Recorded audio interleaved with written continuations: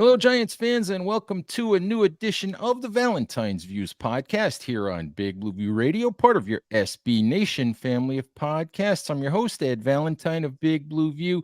Please remember to like, share, and subscribe if you're watching us on YouTube, and subscribe wherever you listen to podcasts if you're listening across the Big Blue View Radio network. All right, those of you who are watching on YouTube can see that I'm wearing a hat today. And I'm wearing a hat today because I don't have any hair. And my guest today is Big Blue View's Nick Falato, the man with the best hair on the internet. So I just don't want you to see what's up on top of my head. Nick, how you doing? Well, thank you so much, Ed, for having me on the show and for that beautiful compliment. I really appreciate it. Yeah, well, there was a time when I had hair. Believe it or not, there was a time when I was in college, I didn't cut my hair until it reached my shoulders and started to flip in the back. But that was a long, long time ago. I was going to ask you, Ed, what year was that? But then I stopped myself. If you must know, it was probably around 1980. Okay. All right. It was probably around 1980. So a long, long time ago. But it did happen. Hey, it is what it is. Hey, I didn't bring you on to talk about my hair or your beard or grooming or any of that nonsense. So let's get into talking about the New York Giants. And we were talking a little bit off air. And let's be realistic. In my view, the Giants are 1-2. There's been a lot of ugliness, and we'll get into some of the issues here. I've done posts the last couple days on the offense and the defensive sides of the ball. But let's be realistic. I think when the season started, it would have been natural to think that at this point in the year, the Giants would be 1-2. So they're 1-2. They're pretty much right where people thought they would be. It hasn't happened the way we thought it might, but would you agree that we're pretty much right where we expected the New York Giants to be after 3 weeks? I felt like with the offseason the New York Giants had, Ed, in week 1, it was imperative for them to win because the Giants have to find ways to win divisional games. But that was humbling. A 40-0 loss at home was a very humbling experience, and it somewhat reframed my expectations for the New York Giants heading into this season. But if we're going to talk about week 3, so I expected the Giants to win week 2. They did in dramatic fashion. They made it a little bit more interesting than they had to, but they got the dub at the end of the day.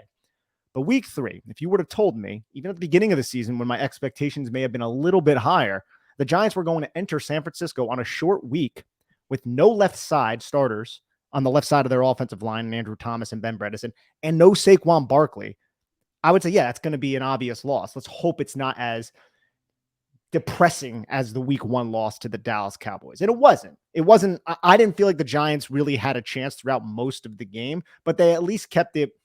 I don't know if competitive is the right word, but it wasn't a blowout. It wasn't an absolute embarrassment. It wasn't good, but all things considered, you're going up against one of the top defensive units with some of the best long defensive fronts in the National Football League. When you have guys who are making their second start, you have these players, John Michael Schmidt's rookie, Marcus McKethan, essentially a rookie. You got Josh Azudu playing left tackle. We know his primary position is going to be guard. Evan Neal still struggling. The Giants were in 7-8 man protection so often throughout that game, yet the San Francisco 49ers were still able to get pressure. The New York Giants were just outmatched. The San Francisco 49ers, even when the Giants are healthy, are a much better football team, and that's just the reality of the New York Giants right now.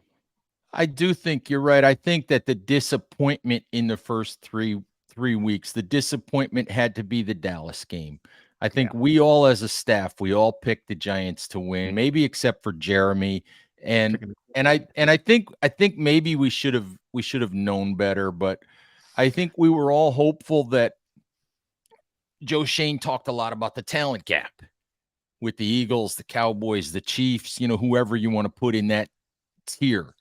And we were all hopeful that the Giants had gotten closer. And I don't think the Giants are 40 points worse than the Cowboys. That game sort of got away from the Giants, and it it got ridiculous, but it showed that there's still a big gap there. But but still 1-2, I think is pretty much where most people would have expected the Giants to be after 3 games. And I think that's fair. 1-2, Monday Night Football, you have right ahead of you against a team that you're vying for a playoff spot right now with the wild card. So the division's more or less out of mind. I know the season's very early. The Cowboys, even though they just lost in week 3 to Arizona, still we can say they're a better team than the Giants. And then the Eagles play on Monday night. That has yet to happen, but the Eagles are also a better team. So you're playing for the wild card. You're at home against a team like the Seattle Seahawks. Giants need to show up. Week 4 game, it's almost a must-win game. And I felt like we said the same thing in week 2 against the Arizona Cardinals. Not exactly the position you want to be in, but like you said, Ed, I think some people expected 1-2. Absolutely. And I think you're right that week 4 is a must-win game for the Giants if they're going to be a serious playoff contender. You look at what Miami just did to Denver, 70 points, which is just mind-boggling. And Buffalo dropped 37 points on Washington. And that looked like nothing compared to what Miami did, but those are 2 games that people will not expect the Giants to win. So this is one that they have to win. But before we get into a big, deep discussion about the Seattle game, I want to talk about, as I said earlier, I think I've written about the offensive and the defensive issues the Giants showed so far this season. And I think one thing to note about all of that is that I think none of it should probably be incredibly surprising with the exception of the tackling issue. And I think that it's been exacerbated to an extent by the teams that they've played, Dallas and San Francisco in particular. I don't think the issues are, especially on the offensive side of the ball, maybe as bad as they might look after 3 weeks. And, we'll go offense versus defense, but in general, would you agree that a lot of it is just exacerbated by the quality of the teams they've played the first 3 weeks? I would say it's exacerbated for sure, but we're not seeing a consistent explosive attack sans one half. And that's an Right. issue for me because San Right. Francisco, I get that the Giants were shorthanded. They just bracketed Darren Waller inside out, and the Giants didn't really have an answer to find any other weapons once that was happening. And they had no running game. They attempted to run the football after half. They had 2 runs on that first drive after halftime against San Francisco. They went for a collective 1 yard. It was a 2-yard gain and then a -1 yard loss. They couldn't run the football. And then when they would go into max protect and they would run 2-man route concepts deep with, Daniel Bellinger chipping and releasing into the flat, nobody was getting open. They weren't creating a lot of separation.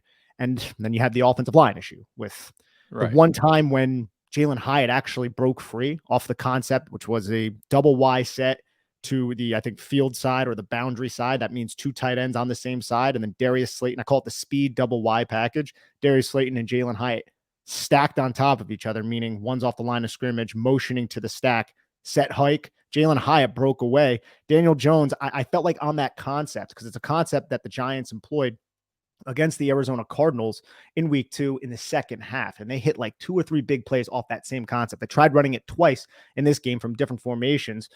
Jalen Hyatt was wide open on one of those concepts. I think Daniel Jones's first read off of that is to not throw the clear out, is to throw to Darius Slayton, who runs kind of an in-breaking route. And then it's not like a whip route, but Darius Slayton basically finds space to the outside underneath Jalen Hyatt's clear out.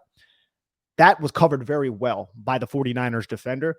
And Jones didn't process. Jalen Hyatt is going to be open outside of the numbers because the defender over the top of him broke to the inside. They all took Darius Slayton and Hyatt was open. If you remember, I think at that point, by the time you would be looking for a second read, Jones was running for his life at that point too, I think, if I remember the play. Yes. So Shane Lemieux got blown up on the play. And these are instances that we've seen throughout Daniel Jones's career where it's hard to knock him because there is not a lot of time. There is not a lot of margin for error because one offensive lineman got blown up by, I think it was Javon Kinlaw on that play. And he wouldn't have been able to necessarily step up into that throw. He would have had to see it and instinctually just throw the football. And he didn't. He tried to extend the play and he couldn't really step up into it once Hyatt was open. But could you say maybe with a little bit more anticipation he could throw that football? Sure. It's a lot easier said than done, me sitting here in this chair saying that rather than actually being in the pocket. But the Giants got to find ways to hit plays like that. You have a bunch of anonymous 49ers players coming out just trashing Daniel Jones. I don't know what to read into that. I don't like the fact that it's anonymous. Who exactly knows what's going on with that specific situation? But I've watched a lot of this Giants offense, Ed.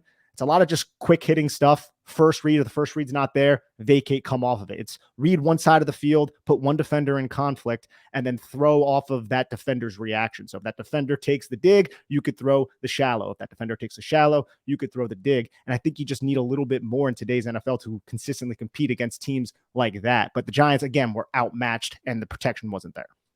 Well, the thing about Daniel Jones is, why would you sign Daniel Jones to the contract the Giants signed him to? And let's be real, that's not Lamar Jackson, Joe Burrow, kind of money. But if you didn't trust him to do more than that, why would you sign him? I think the Giants do trust him to do more than that, or do expect him to do more than that. But it leads us back to a discussion about the offensive line. And let's be real, as you said, no Ben Bredeson the last 2 weeks, basically. No Andrew Thomas the last 2 weeks. And even against Dallas, that was not really Andrew Thomas, because it was very early in that game when he got hurt, and he played that game on one leg. The left side of the offensive line, I don't worry about. Andrew Thomas will be fine. Ben Bredeson is an adequate player. I think he'll be fine. John Michael Schmitz he's been all right. Yeah. It's the right side of that line that's a concern.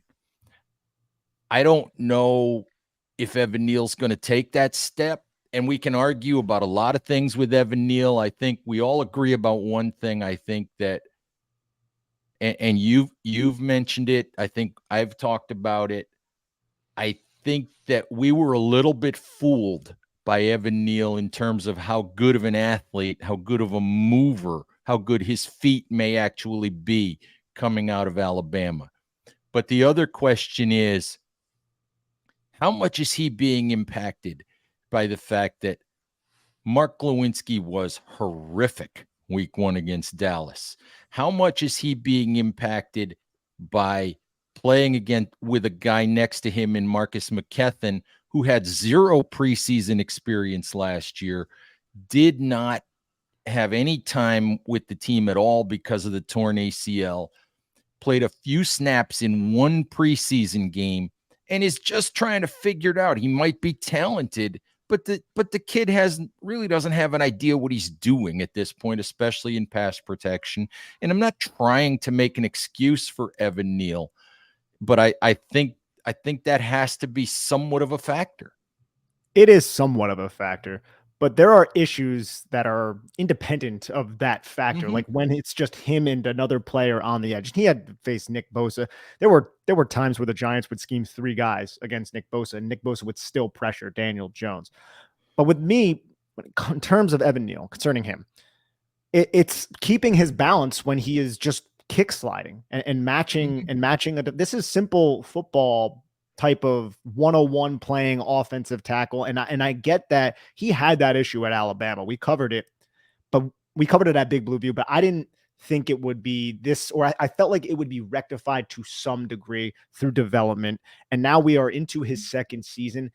And I think those issues that we saw on tape, which were minimal at Alabama at the collegiate level, SEC, they're maximized now and they're being exploited. And we haven't seen development. I feel like the way he attacks with his hands, there's no confidence in that. There's no balance in the kick slide once he's contacted. He gets tossed on the ground way too often. And I'm just not 100% certain how you fix these issues right now. I think if you put Quentin Nelson right next to him and they had a rapport, yes, certainly he would look better. I think the Mark Lewinsky point is spot on, but I still have major, I guess, just issues and concerns about this kid's development so far. I like to try to put it into context and say Andrew Thomas struggled throughout his rookie season. We started seeing him put things together in year 2. We haven't seen that yet with Evan Neal. Maybe it will happen eventually, but yeah, no, I would be lying if I said I wasn't concerned about this. This is a top 10 pick. You got to get more out of your top 10 picks. And that includes with another guy on the defensive side of the football. Absolutely. We'll get into the defensive side in a little bit, but you're spot on too with Evan Neal, because what we saw hasn't gotten better, and you would think that it should get better. I mean, the guy had quality coaching at Alabama. He's got NFL level coaching. He spent the offseason working with Willie Anderson and with Duke Manyweather, quality offensive line coaches. And it's concerning that you see the same sort of lunging and balance and footwork issues. You wonder if eventually the Giants have to move him to guard. And I don't think they want to. No. And I have not recommended it. I have been one of those people who have said you just have to let it play out and see what happens, because there really isn't another great option on the offensive line. As you said, Josh Ezeudu played left tackle for a couple of weeks, played some right tackle at North Carolina, could be an option at right tackle if they really want to go that way. They obviously think that Josh Ezeudu is a better tackle than their actual swing tackle in Matt Peart, which is an issue in itself. If that's the case, then why is Matt Peart on the roster? But so what do you do at right tackle if the answer is not Evan Neal? But the other question, Nick, is they've had a revolving door at guard after the Bredesen injury. We've seen that, Shane Lemieux, one game each of the last 2 years, probably only going to be one game and done this year, because it's the same old issue with Shane Lemieux. He just can't anchor in pass protection. I think Mark Glowinski, they've moved on from. Can you continue to let Marcus McKethan sort of just get his NFL feet wet? What do you do at right guard at this point? I mean, do you sign Justin Pugh? What do you do? I think you signed Justin Pugh, and I think you and Tony Del Genio brought this up. Just put him on the practice squad, get a veteran presence there, see if he can get up to speed in 3 weeks, and if you can use him eventually. I'm 100% fine with that. Anything at this point to just try to fix the offensive line. As of right now, I'm hoping that Andrew Thomas plays on Monday night, which will kick Josh Ezeudu possibly inside. I don't like moving a young player like Josh Ezeudu all around, but he might be the Giants' best option. And then we know that the New York Giants throughout training camp cross-trained a lot of these offensive linemen at a bunch of different positions. So they know best. Bobby Johnson should know if he's up to snuff to play on the right side. That would be my first option. Definitely not Shane Lemieux. I'm okay with trotting Marcus McKethan out there again and seeing if he can play one of the guard spots. I don't think he played well against the San Francisco 49ers, but Eric Armstead and Javon Hargrave are very good football players. And I'm not saying Seattle doesn't have a really stout defensive line. They seem like they have a good defense coached by Pete Carroll. But what other remedies do you have? And I have something I wanted to posit, Ed. And I brought it up on the Evan Neal piece I wrote, I think 2 weeks ago after the Cowboys loss. And I don't like saying this, but are we certain that he is as good of a functional athlete as maybe he was built up as a prospect? Because this is somebody, man, who. Sorry, go ahead. Go ahead. Somebody who didn't test at the combine, and he didn't test at his pro day, and we all were just like, whatever, because we saw him do like a split squat jump that was crazy, and we saw him look the way he looked at 360, how sleek and lean he looked.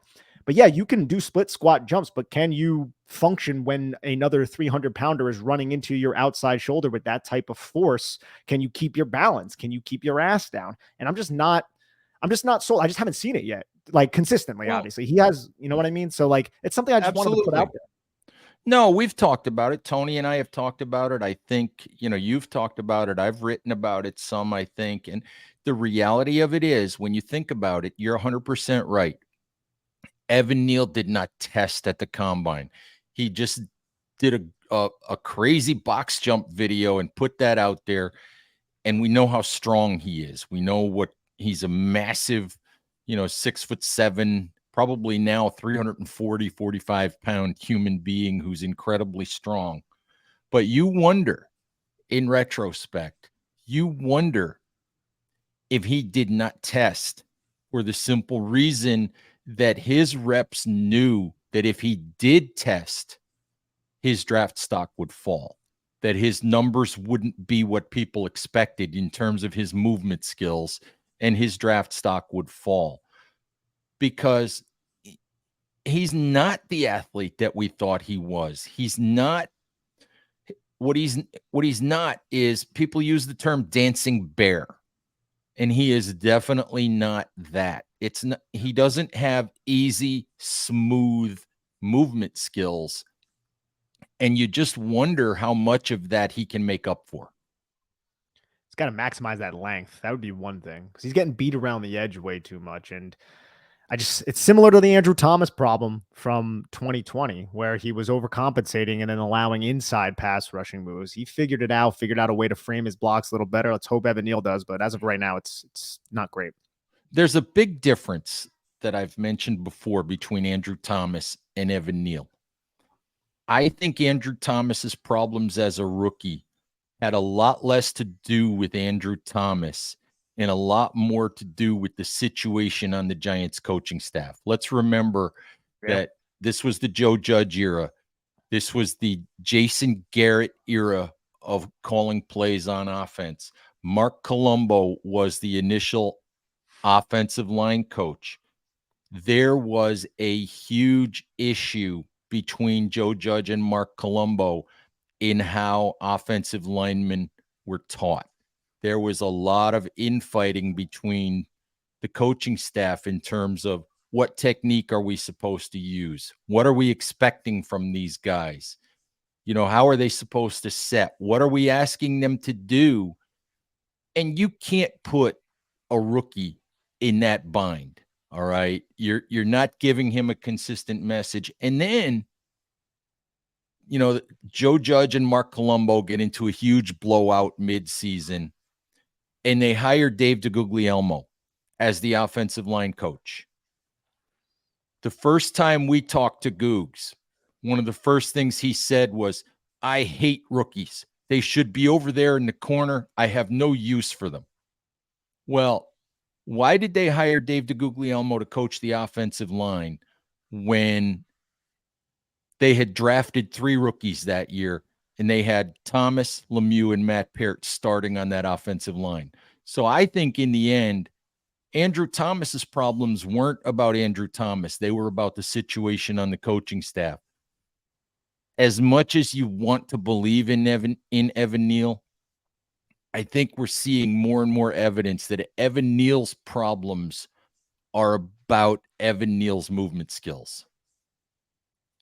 I think that's an excellent point, Ed. Movement skills, balance, and I think it's all just affecting the processing of when to strike. His strike timing and everything in college was pristine. It was precise. He was deliberate. He dictated reps. He's not dictating any reps right now. It's all the defense, and he's just trying to basically get into the defender's way long enough to allow Daniel Jones to either evade or find a quick outlet. And as I said previously, it's something that has to be changed, and hopefully he'll figure it out.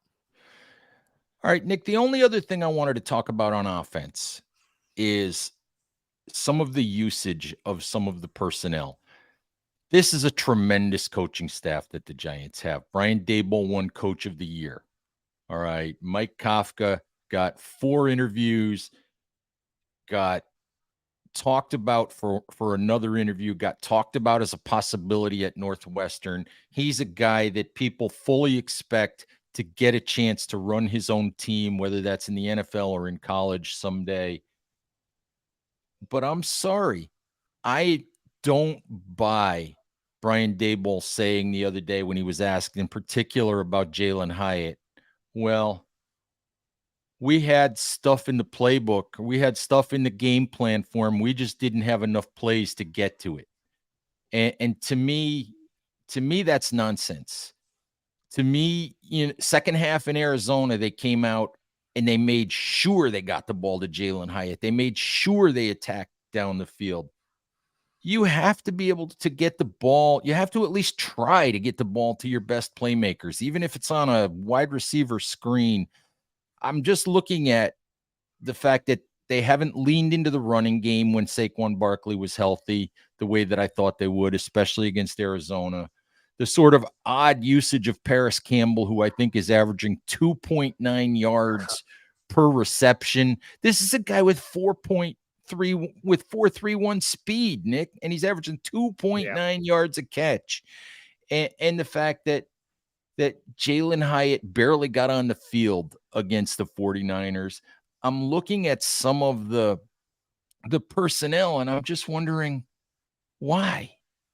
What's going on there? It's been surprising to me, not to mention the fact that can we get the right number of players on the field? Can we get the substitutions in the game, for crying out loud?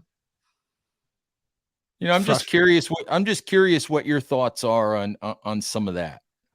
I would like to see Jalen Hyatt's role expanded. In terms of, I'll get back to Jalen Hyatt in a second, but in regards to Paris Campbell, he's just the out guy. Like, most of his routes that he's ran have just been quick out routes, basically to take advantage of either cover 3 to the flat or off of a clear out from a quarters cover 4 look, gets outside leverage, get the football in his hands. Now make a man miss. The problem with Paris Campbell so far, and I agree, I think he should have a more expanded route tree, is he's just not making that man miss, and he's not getting out of bounds at the end of the first, which was wildly frustrating. My thing with Paris Campbell is, if you're going to put a wide receiver in that role, that role has to go to Wan'Dale Robinson. That to me, catch the quick throw, make a guy miss, come out of the backfield. That's Wan'Dale Robinson's role as he builds up his play time. But not in the defense of the Giants' offensive play calling, because I don't think I need to defend them necessarily, and I don't want to. But the 49ers are just tracking on what the Giants were doing. The Dallas Cowboys were tracking on what the Giants were doing, similar to how the Philadelphia Eagles were tracking on what the Giants did last year.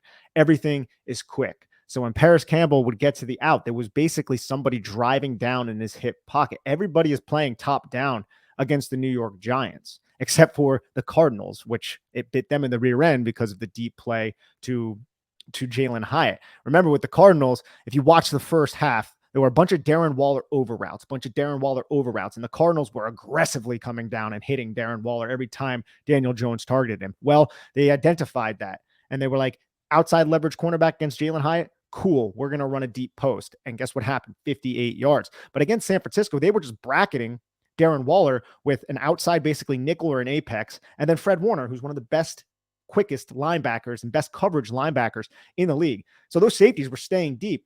So there really wasn't a lot of room for success on these deep passes, because the 49ers were just passing routes off so magnificently. Like I said, the only play that really Jones, quote unquote, missed, if you want to say that, was the one with Hyatt. But again, he didn't really have time to step up into the pocket. It would have had to have been a bang, bang type of decision from Daniel Jones. So the 49ers were just excellent with how they were passing their routes off, and they were focusing on Waller. And I think a lot of the game plan was to get the football to Waller, but Jones couldn't. And once he came off a second read, he was pressured and just basically dumping the football off to Paris Campbell, who couldn't make one man miss, because the 49ers were anticipating the Giants not being able to create explosive plays, which a lot of their defensive players alluded to after the game. They have to find ways to throw the football down the field a little bit. I think running the football would soften it up a little bit, but they didn't do that at all in this game, because they didn't have Saquon Barkley, and when they tried to, it didn't necessarily go well. And they were also playing a different front team. Giants are a counter running team. They love to run counter against teams that employ odd fronts, tight fronts, where there's a nose and there's 2 4s. There's like basically 3 defenders within the tackle box, defensive linemen. But the 49ers are more of an even front team, where you have 2-5 techniques, Nick Bosa and Kerry Hyder or Drake Jackson, whoever it is.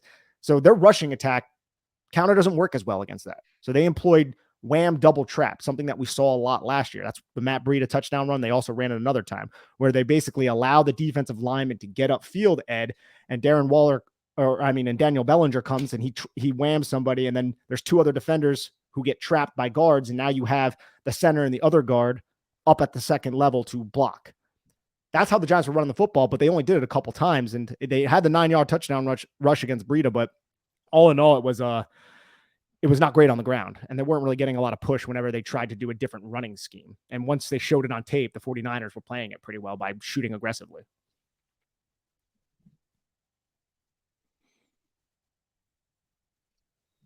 Nick, let's turn to the defense at this point. And we know what the defensive issues have been. The defensive issues have been poor tackling, lack of ability to get off the field on third down, not enough pass rush, no turnovers created.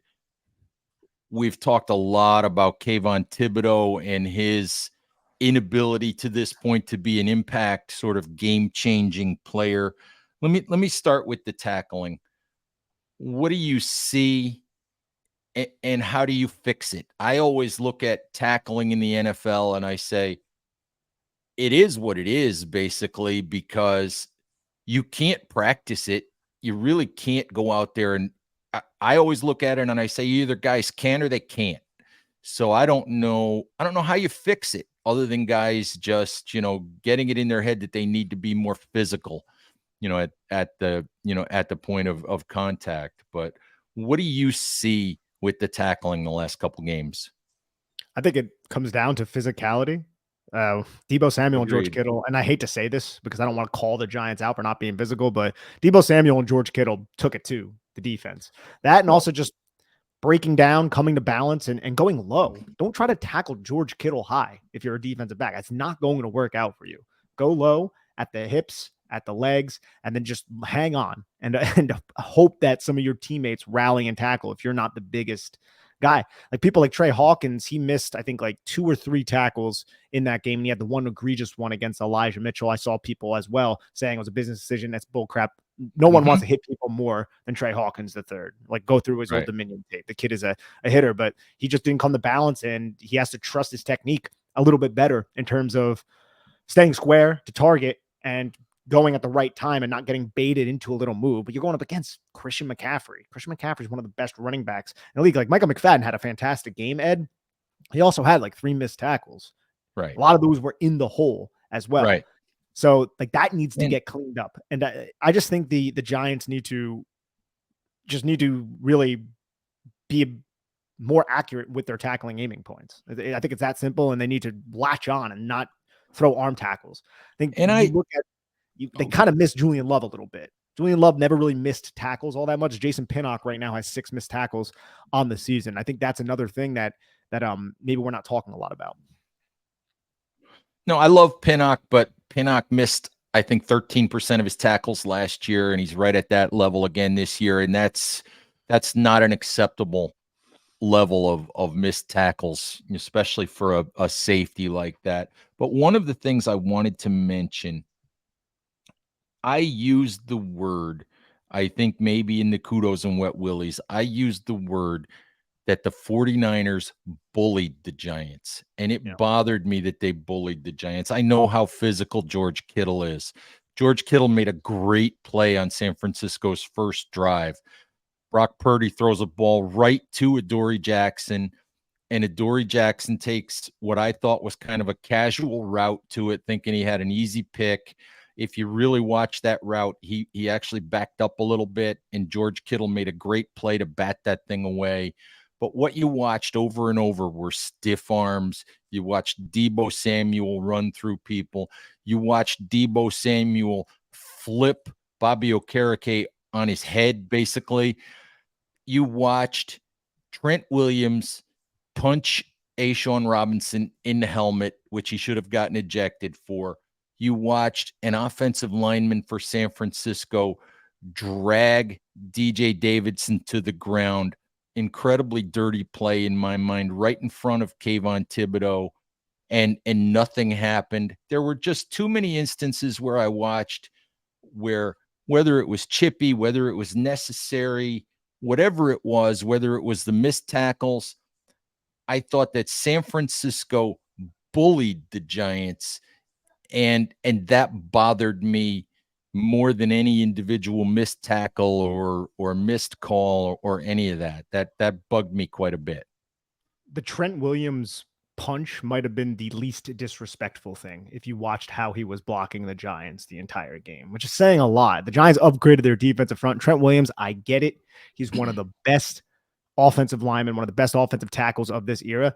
He was throwing Aaron or Ashawn Robinson and Raheem Nunez Roches aside. And the way that, like, Kyle Shanahan is a mad genius of a schemer, and the way they use those wide receivers and those H-backs to basically lead, block, and kick out the end man on the line, it just brings so much force and power to that rushing attack. And the Giants just weren't physical enough to match it. Not even a player like Jihad Ward, who is arguably one of their more physical edge rushers. And the way that Shanahan crafted his play action passing attack to look just like his rushing attack, he basically ran like play action counter, where the Giants linebackers bit up and those digs were just open behind Micah McFadden and Bobby Okereke, because the Giants are so scared when they have to go up and fit counter runs because they're so bad at it.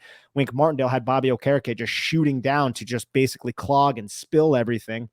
But there was it was for naught, because a lot of those ended up being play action once the Giants put it on film that that's how they were going to play that. And Shanahan is just too good of a coach. So you could say from an X's and O's standpoint, Shanahan got the best of Wink Martindale. But again, I love what Wink Martindale did. We can get into that philosophy, but that's how you at least attempt to defeat Kyle Shanahan and a team that is much better than you. Blitz on 86% of Brock and try to dictate to them. And hey, they ended up getting 2 sacks off of those blitzes. And, they were both 5-man pressures that they got the sacks on. But it's again another instance of A, getting bullied, and B, just being overmatched. Mm-hmm. So let's before we wrap up, Nick, let's talk about Kayvon. All right. I wrote about Kayvon a few days ago. I sat with your good friend, Dan Hatman of the Scouting Academy, sat with Dan, and we watched film. We watched the first 2 games of Thibodeaux, and Dan was kind of shaking his head because he's talking about not using his hands properly, sometimes using them, sometimes not using them, always going to the midline of the tackle instead of really trying to make a move, oftentimes getting an advantage and then not knowing what to do with it, not being able to string a second move that would get him around the corner or get him through to the inside. And on a couple of times, not having a clue what his path to the quarterback should have been. And Dan was mystified by some of that, because they're the same problems that he had at Oregon. And the question becomes, why is he not getting better? I'm not 100% certain why he's not getting better, and I can't speak to Kayvon Thibodeaux's mindset. I know he's being used a lot in coverage, maybe more than he would like, and I'm not trying to put words in his mouth, but this is a pass rusher. The Giants drafted him to be a pass rusher. I also think they wanted him to be a Sam, and when you're a Sam linebacker, you're going to be used in coverage. You're going to be used in a variety of roles, similar to how Tyus Bowser was used in Wink Martindale's defense with the Baltimore Ravens. But I see the same exact thing. He's just not getting that second move. But it also seems like Kayvon Thibodeaux is a hesitant. I think that's probably the best word. And that really cropped up to me in week 2. There were at least 2 plays where Kayvon Thibodeaux just stopped his rush or stuttered. The one that ended up being a long rush for the Cardinals, where the Giants blitzed Jason Pinnock on the same side of Kayvon Thibodeaux. And Kayvon Thibodeaux, with Pinnock being the forced defender on that blitz side, he could have had a free run at Josh Dobbs, at the mesh point, at James Conner in the mesh point, but he just stopped himself. And I don't know why, because if he thought Josh Dobbs was going to keep the football, you had Jason Pinnock to your left to account for him. So little plays like that have kind of made me question, like, what's going on? Is there too much on his plate at the moment with dropping into coverage and all that? Does Wink Martindale need to simplify things for Kayvon Thibodeaux a little bit? I'm not saying that for certain, but it does seem like there are plays throughout his film, throughout the last 2 weeks, including this one, where he's just hesitant and a little bit indecisive. And, football, man, everything is bang, bang. If you're not on top of your P's and Q's, then you could, allow a big play, or you can maybe not maximize the potential of a certain play. And I think I've seen that on a few different occasions with Kayvon Thibodeaux this year. Absolutely. I think what it comes down to is, I think that we can't compare him to a guy like Aiden Hutchinson. We can't compare him to certain other players because he's being used to drop. He's not getting, because of the way the Giants have played so far, he's not getting the number of pass rush opportunities that some guys are. I do think I tracked it the other day. He's on pace to drop into coverage twice as much as he did as a rookie. He's on pace to drop into coverage more than 120 times. And that's too much. You drafted this guy to be a dominant front seven player. And if he's going to be that, in my view, he has got to go forward. But as you talked about being hesitant, that is something Wink Martindale talked about with Kayvon last year, especially the first half of last year, is that there were opportunities for him to make plays, and he wasn't taking advantage of them. And I think it's the same thing we're seeing now. When I watched film with Dan, he pointed out on the pass rush opportunities and even on some of the run stop opportunities that he did get, he pointed out play after play where his initial move, whether it was power or speed, and most of the time it's power, most of the time it's push that offensive tackle back, but time after time where he got an advantage, where he would get the offensive tackle's feet off the ground and give it back by not having a second move to finish it off. So it's there. It's just frustrating that it's not coming out. Yeah, that's one thing that we need to see. If the Giants even make the playoffs this year, moving forward for the health of this team, you need to see improvement from Evan Neal and you need to see improvement from Kayvon Thibodeaux. And through 3 games, I get it. It's not a huge sample size. I don't think we've seen improvement from either player. No, and it becomes concerning because Joe Schoen got a lot of props for being able to get those 2 guys.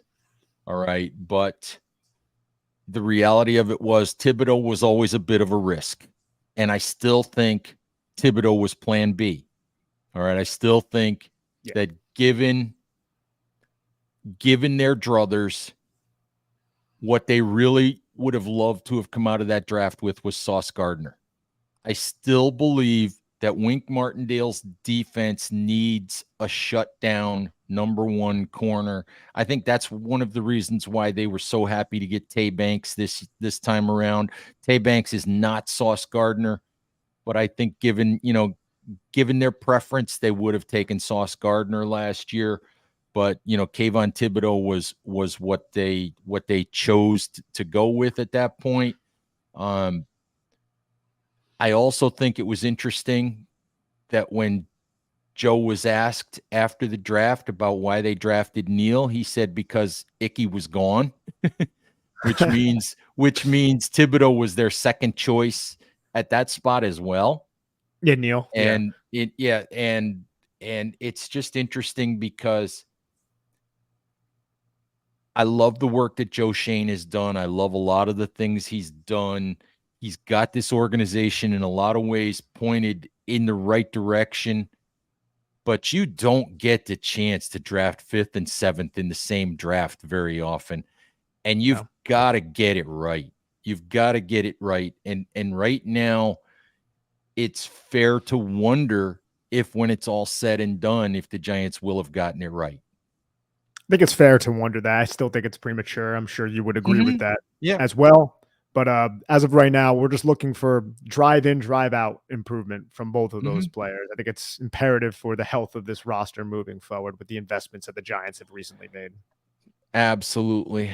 All right, Nick, thank you very, very much for the time. Folks, please check out the Chris and Nick show on Big Blue View Radio. Those guys do some great work. And check out all of our content at Big Blue View as we get you guys ready for Giants and Seahawks this coming Monday night. So thank you for listening. Please stay safe out there. Take care of each other, and we'll talk to you soon. Bye-bye.